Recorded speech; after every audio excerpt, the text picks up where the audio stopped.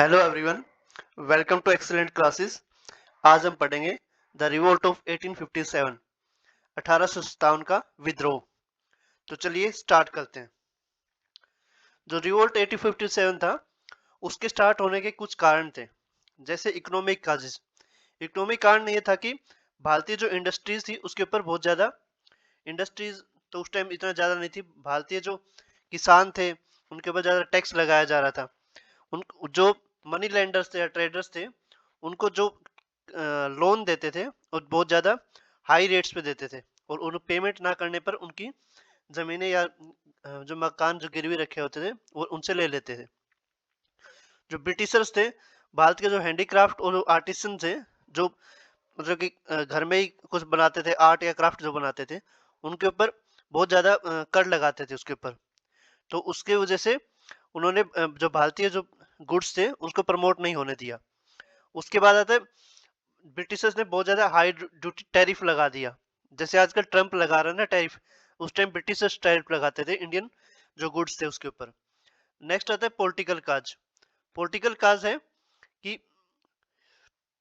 जो पॉलिसी थी, जैसे सब्सिडरी अलायंस और doctrine of lapse. Subsidiary alliance और डॉक्ट्राइन ऑफ लैप्स थी, ये पॉलिसी मैंने अपनी वीडियो में पढ़ाई है, आप उसमें वीडियो देख सकते हैं, लेकिन फिर मैं बता देता हूँ कि डॉक्ट्राइन ऑफ लैप्स ये होता है कि जब किसी के मतलब कि राजा की कोई संतान नहीं होती थी या लड़का नहीं होता था, तो अंग्रेज उससे उससे उसकी जो उसकी जो स्टेट था वो छीन लेते थे।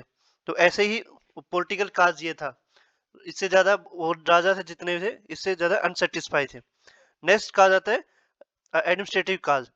इसमें क्या है, जो कंपनी के जो एडमिनिस्ट्रेशन था, जो वो बहुत ज्यादा करप्ट था, स्पेशली पुलिस वाले, और जो कोर्ट में जो जो काम करने वाले ऑफिशियल थे वो बहुत ज्यादा करप्ट था। सेम वे जैसे पुलिस वाले आजकल भी करप्ट ही मिलते हैं।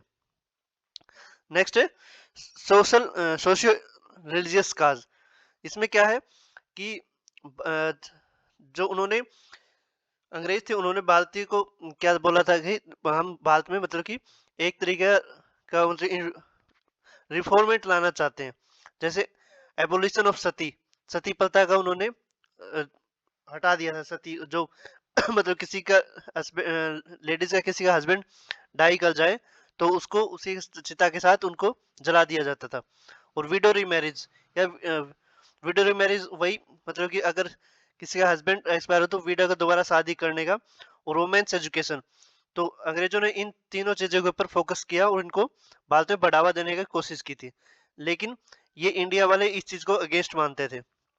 तो ये सोशल रिलीजियस काज हो गया, और अपने रिलीजियस के अगेंस्ट मानते थे। नेक्स्ट है कि इसमें जो इन्फ्लुएंस आउटसाइड जो कुछ इवेंट ऐसे हुई, जैसे अफगान वार हुआ 1838 से लेके 1842 तक। पंजाब वार हुआ जो महाराजा रणजीत सिंह वाला टाइम था, 1845 से 1849 तक। क्रीमियन वार हुआ 1854 से 56 तक। तो ऐसे इवेंट्स हुई जो आउटसाइड से इस चीज को इफेक्ट किया, रिवोल्ट को होने में। नेक्स्ट है डिसकंटेंट अमंग बॉयज। जो भारतीय सिपाही थे उनके ऊपर कुछ रिस्ट्रिक्शन लगा दी गई थी, जैसे वो अपने धर्म से रिलेटेड कोई धागा नहीं पहन सकते थे या कोई तिलक नहीं लगा सकते थे। ऐसा करना उसके मतलब कि अ, बोला था कि अंग्रेज ने बोला था सिपाहियों को कि ऐसा नहीं करना है। और जो हिंदू बोलते क्या बोलते थे कि अगर वो किसी समुद्र को क्रॉस करते हैं तो अपना मतलब कि अपने रिलीजन को छोड़ दो, अपनी कास्ट से दूर हो जाएगा। कोई भारतीय अगर किसी समुद्र को क्रॉस कर जाता है तो उस टाइम समुद्र क्रॉस करना अच्छा नहीं माना जाता था। तो ऐसे कुछ कांड बन रहे थे। तो इसी तरह एक काज और आया कि वहाँ एक तो एक अफवाह ये फैली थी कि बोन डस्ट जो बोन का जो बुरादा टाइप है वो आटे में मिलाया जा रहा है। और एक कारण ये था कि जो नई एनफील्ड गन आई थी उसमें क्या है, जो जो कारतूस डालना पड़ता था उसको मुंह से पहले मतलब काटना पड़ता था, फिर उसमें लोड करते थे राइफल में। तो उसमें जो कारतूस है वो जो काऊ और पिग की जो फैट है उससे बना होता था। तो ऐसा करके जो काऊ है वो हिंदुओं के लिए पवित्र है, और पिग जो है वो मुस्लिम के लिए पवित्र है। ऐसा करने तो इसलिए दोनों ही मानते थे कि इसकी वजह से अपना धर्म भ्रष्ट हो रहा है, इसलिए ये भी एक कारण बना। उसके बाद जो ये वैसे मानते हैं कि मेरठ में रिवोल्ट स्टार्ट हुआ, लेकिन उससे पहले पहले 19वीं नेटिव इन्फेंट्री थी बहरामपुर वेस्ट बंगाल में।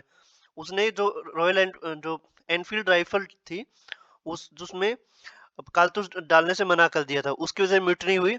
और 1857 में उसको फरवरी 1857 में उन्होंने जब म्यूटनी की, म्यूटनी मतलब जब सिपाही एक साथ मिलके किसी चीज का विरोध करते हैं तो उसको म्यूटनी बोलते हैं। तो उसको फरवरी 1857 में म्यूटनी हुई और मार्च 1857 आएगा यहाँ पे, 1857 में उसको डिसबैंड कर दिया, उस जो इन्फेंट्री थी उसको। उसके बाद एक जो 34th नेटिव इन्फेंट्री, ये 19वीं native infantry, 34th native infantry थी। इसमें जो मंगल पांडे था, जो मंगल पांडे था, बलिया के नगवा जिले से था। तो इसमें क्या है, उसको जो उसको पता लगा कि ऐसे ऐसे जो कारतूस है उसको डालने पड़ रहे हैं, उसमें लोड करने पड़ते हैं। तो उसने भी एक वहां पे उसका विरोध किया। और 29 मार्च 1857 को उसने बैरकपुर में मंगल पांडे ने विरोध किया था। तो लेफ्टिनेंट वाघ और एक सार्जेंट मेजर थे वहां के, उसको मतलब कि उन्होंने हत्या कर दी थी मंगल पांडे ने। तो मंगल पांडे को 8 अप्रैल 1857 को उसको फांसी दे दी गई थी। और एक ये मानते हैं कि यही सबसे मतलब कि सबसे बेस्ट जो कारण यही माना जाता है, जो बैरकपुर वाला जो हुआ था मंगल पांडे का, जो फांसी दी गई थी। उसके बाद 7th अवध रेजिमेंट थी, वहां भी ऑफिसर्स के साथ सेम ऐसे हुआ 3 मई को। देन केस आता है मेरठ का। मेरठ में क्या हुआ, एक 3rd नेटिव कैवलरी थी। कैवलरी होता है घुड़सवारी वाले। तो वहां पे सोल्जर्स ने, जो सिपाही थे, 24 अप्रैल को 93 सोल्जर्स ने वो जो कार्ट्रिज थे मना कर दिया था यूज करने से। तो 9 मई को उनमें से 90 जो थे में से 85 को उनको डिसमिस कर दिया और 10 साल की सजा दे दी। और 9 मई को जैसे सजा दी, 10 मई को उसके साथियों ने वहां से उसको छुड़वा दिया सबको। और जो ऑफिसर्स जो ड्यूटी पे थे उन सबको मतलब मार दिया गया। और इस तरीके से जो रिवोल्ट था, जो विद्रोह था 1857 का, स्टार्ट हो गया था। और उसके बाद बहादुर शाह जफर को दिल्ली में आके अपना राजा घोषित कर दिया गया था। और बहादुर शाह वैसे तो कमजोर थे, लेकिन फिर भी उनको नेता घोषित कर दिया गया था। और यहीं से बोलते हैं कि 1857 की क्रांति की शुरुआत हुई। तो थोड़ा सा जान लेते हैं कि उस टाइम कैनिंग जो था, लॉर्ड कैनिंग भारत का गवर्नर जनरल था। कैंपबेल वहाँ चीफ कमांडर था उस टाइम पे। विक्टोरिया जो महारानी थी इंग्लैंड की, 1837 से लेके 1901 तक रही थी। पामस्टन ब्रिटेन का प्रधानमंत्री था। बेंजामिन इजराइल था विपक्ष नेता था। क्रांति की जो शुरुआत थी वो सिपाहियों द्वारा की गई थी, लेकिन इसमें रजवाड़े, जमींदार, किसान और आदिवासी इसमें सबने भाग लिया।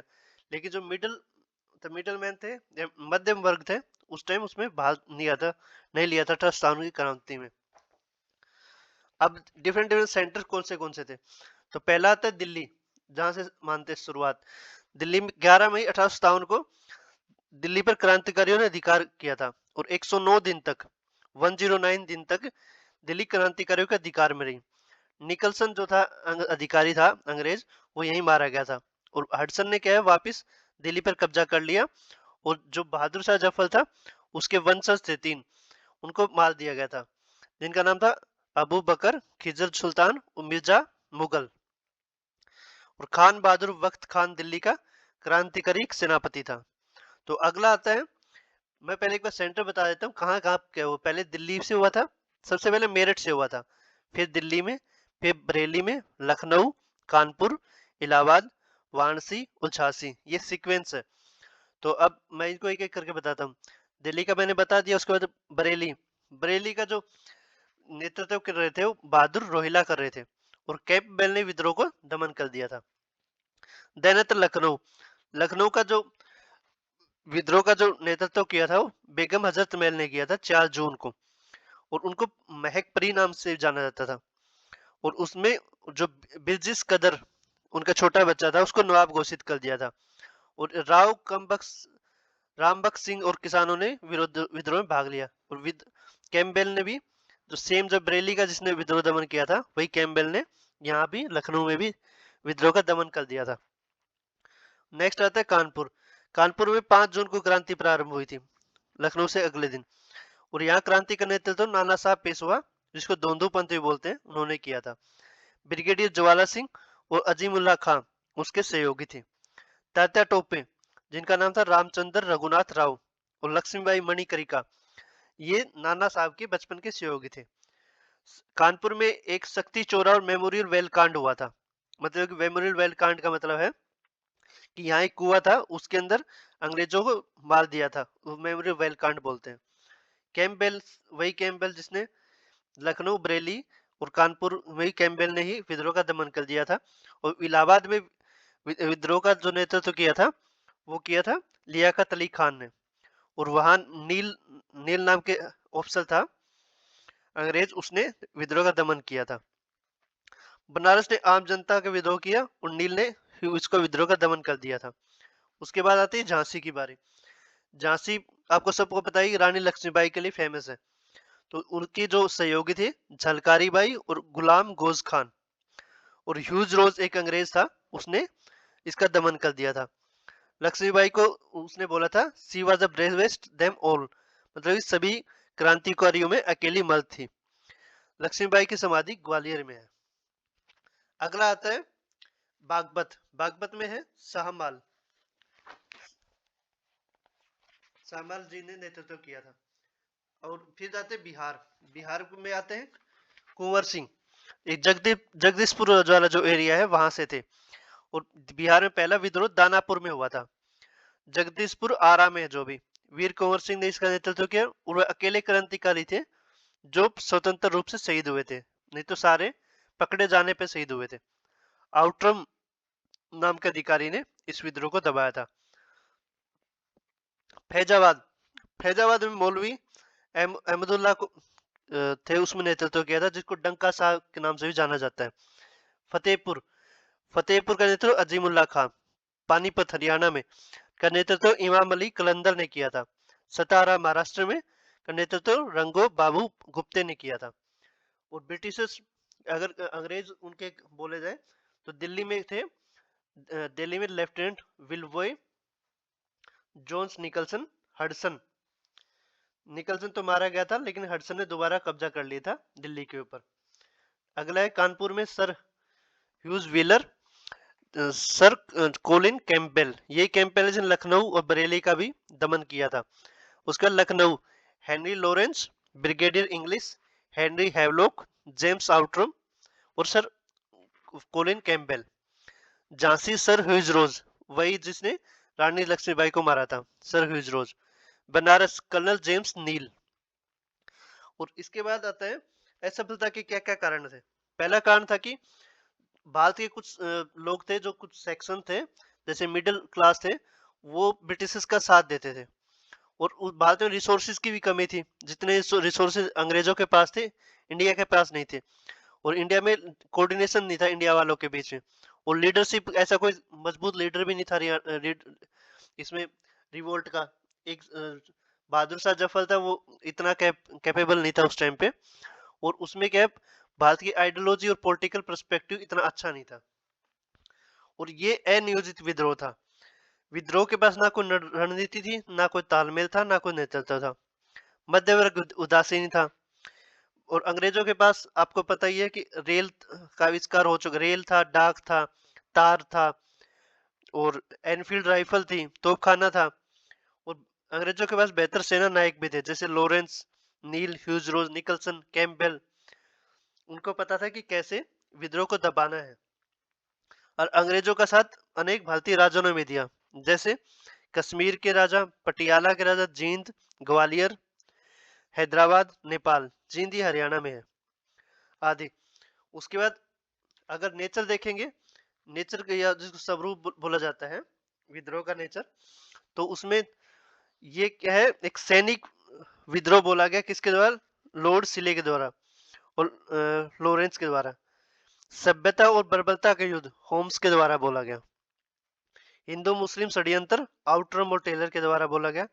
ईसाइयों के विरुद्ध विरोध षड्यंत्र लेरिस के द्वारा, षड्यंत्र जॉन के द्वारा, राष्ट्रीय विद्रोह बेंजामिन अशोक मेहता और एस.एन. सुंदरनाथ सेन के द्वारा, प्रथम प्रथम स्वतंत्रता संग्राम वी.डी. सावरकर के द्वारा बोला गया। उसके बाद है, ये न तो पहला विद्रोह था, न स्वतंत्रता के लिए संग्राम ही था। आर.सी. मजूमदार ने कहा था, क्रांति कम से कम परंतु बगावत से अधिक था। क्रांति कम थी लेकिन बगावत ज्यादा थी, ये स्टैनली वालपोल्ट ने कहा था। तो ये सब लिखा हुआ है यहाँ पे same. Not an organised nation revolt, R C. Majumdar. Neither first nor nation nor war of independence, R C. Majumdar. War of independence, V D. Savarkar. Elitist character, Eric Stokes ने कहा। Conflict between civilisation and barbarism, T R. Holmes ने कहा। Mohammedan conspiracy making capital of Hindu grievances, ये James Outram ने कहा। Three phase revolt, ये Percival Spear ने कहा। नेक्स्ट है, इसके ऊपर इंडिया के war of independence 1857 V D. Savarkar ने की बुक लिखी थी। 1857 ये डॉक्टर एस.एन. सेन ने बुक लिखी थी। और भी बुक थी, जैसे sepoy mutiny and revolt of 1857, R C. Majumdar ने लिखी थी। ग्रेट रिवोल्ट, अशोक मेहता ने लिखी थी। यह असाइब बगाते हिंद ऑफ इंडियन म्यूटनी, ये सर सैयद अहमद खान ने लिखी थी। उसके मतलब कि क्या उसके परिणाम हुए 1857 के क्रांति के। पहला क्या है, 1 नवंबर 1858 को, 1857 में जब विद्रोह हुआ, उसके बाद में 1 नवंबर 1858 में लॉर्ड कैनिंग जो थे, जो उस टाइम जो पहले गवर्नर जनरल होते थे, उनने इलाहाबाद में एक दरबार का हुआ, वहाँ क्वींस एक जो क्वींस प्रोक्लेमेशन आया, और उसमें एक इंडियन सिविल सर्विसेज एक्ट भी 1861 में आया था। और पहला तो ये हुआ कि जब इलाहाबाद विक्टोरिया का घोषणा पत्र या प्रोक्लेमेशन आया, तो उसमें जो कंपनी से क्या है, जो भारत का जो एडमिनिस्ट्रेशन है, क्राउन को दे दिया गया, मतलब ब्रिटिश क्राउन के, मतलब कि सरकार का दिन आ गया, पहले कंपनी का दिन था इंडिया वाले। उसके बाद ब्रिटेन में एक भारतीय मंत्री की नियुक्ति की, जिसको secretary state of Indian Britain कहा गया। वो ब्रिटेन में ही रहता था, सेक्रेटरी स्टेट ऑफ इंडिया। उसकी सहायता के लिए 15 सदस्य की काउंसिल का गठन किया गया। उसके बाद जिसके आधे सदस्य होते थे, वो बोर्ड ऑफ डायरेक्टर्स होते थे। और पहले गवर्नर जनरल होता था, उसको चेंज करके वाइसराय बोल दिया गया। अब आप हमेशा कंफ्यूजन रहते होंगे कि गवर्नर जनरल और वाइसराय में इनमें डिफरेंस क्या है। वैसे 1933 में क्या है, गवर्नर जनरल तो फिर से वाइसराय बना दिया, मतलब दोनों ही हो गया। इसका मतलब ये है कि जैसे अगर यूपी का, अगर वाइसराय या गवर्नर जनरल अगर यूपी के गवर्नर को अगर लेटर लिखेगा, तो उसमें गवर्नर जनरल की मोहर लगती है। और अगर वो हैदराबाद के निजाम को लेटर लिखेगा, तो उसमें वाइसराय की मोहर लगती थी। मीन्स गवर्नर को लेटर लिखेगा तो उसमें गवर्नर जनरल की मोहर लगेगी, और अगर उसको निजाम के, हैदराबाद के निजाम को लेटर लिखेगा, तो उसमें वाइसराय की मोहर लगेगी। तो ये फर्क होता है गवर्नर जनरल और वाइसराय की। उसके बाद जो 1933 से ये यूज करने लगे थे, दोनों की चीज एक साथ होती है। रियासतें जो पहले क्या है, अंग्रेज हर रियासत को जितनी भी थी, सबको अपने में ऐड करते जा रहे थे। उसके बाद किसी रियासत का विलय नहीं हुआ। उसके बाद मतलब कि कोई भी रियासत उसमें अंग्रेजों के उसमें विलय नहीं हुई, सारी रियासतें अलग रह गई, क्योंकि इंडिया जब आजाद हुआ तो इंडिया में 562 रियासतें थी। 1861 में इंडियन काउंसिल एक्ट पारित किया गया, और इसी वर्ष Indian civil services act, ICS act जिसे बोलते हैं, 1861 पास किया गया था। और भी कुछ इसमें बदलाव किए गए, जैसे सेना में पहले अंग्रेजों का अनुपात बढ़ा दिया गया। बंगाल में क्या है, 1/2, अगर एक इंडियन होगा तो 2 अंग्रेज रहेंगे। और बॉम्बे और मद्रास में 1/3 कर दिया गया था, अगर एक इंडियन रहेगा तो 3 अंग्रेज रहेंगे। तोपखाने जो थे उसमें भारतीय नहीं रखे जाते थे, वहां पे उनकी ड्यूटी भारतीयों की नहीं लगती थी तोपखाने पर। और अंग्रेजों ने क्या है, एक नया सिस्टम स्टार्ट किया, फूट डालो राज करो वाला। और भारत में जो मीडियोकर वर्ग था, जो मध्य वर्ग था, वो उन्होंने उस टाइम थोड़े दिन बाद उन्होंने अपना संगठन और विचारधारा को महत्व बढ़ा। और उसके बाद ये जो इंडिया में रिवोल्ट वगैरह स्टार्ट हुए थे, उसके बाद ही इंडिया में कांग्रेस का गठन हुआ। ये सब वीडियो वैसे मैंने बना रखी है मेरे चैनल पे, आप देख सकते हैं जाके। आई थिंक कॉन्सेप्ट क्लियर हो गया। Thank you so much, have a nice day. अगर आपको कोई कोई सजेशन दे रहे हो तो मेरे कमेंट बॉक्स में दे सकते हैं, और मेरे चैनल को सब्सक्राइब करें, इसको लाइक करें, कमेंट करें और शेयर करें, और ज़्यादा से ज़्यादा सब्सक्राइब करें। Thank you so much, have a nice day.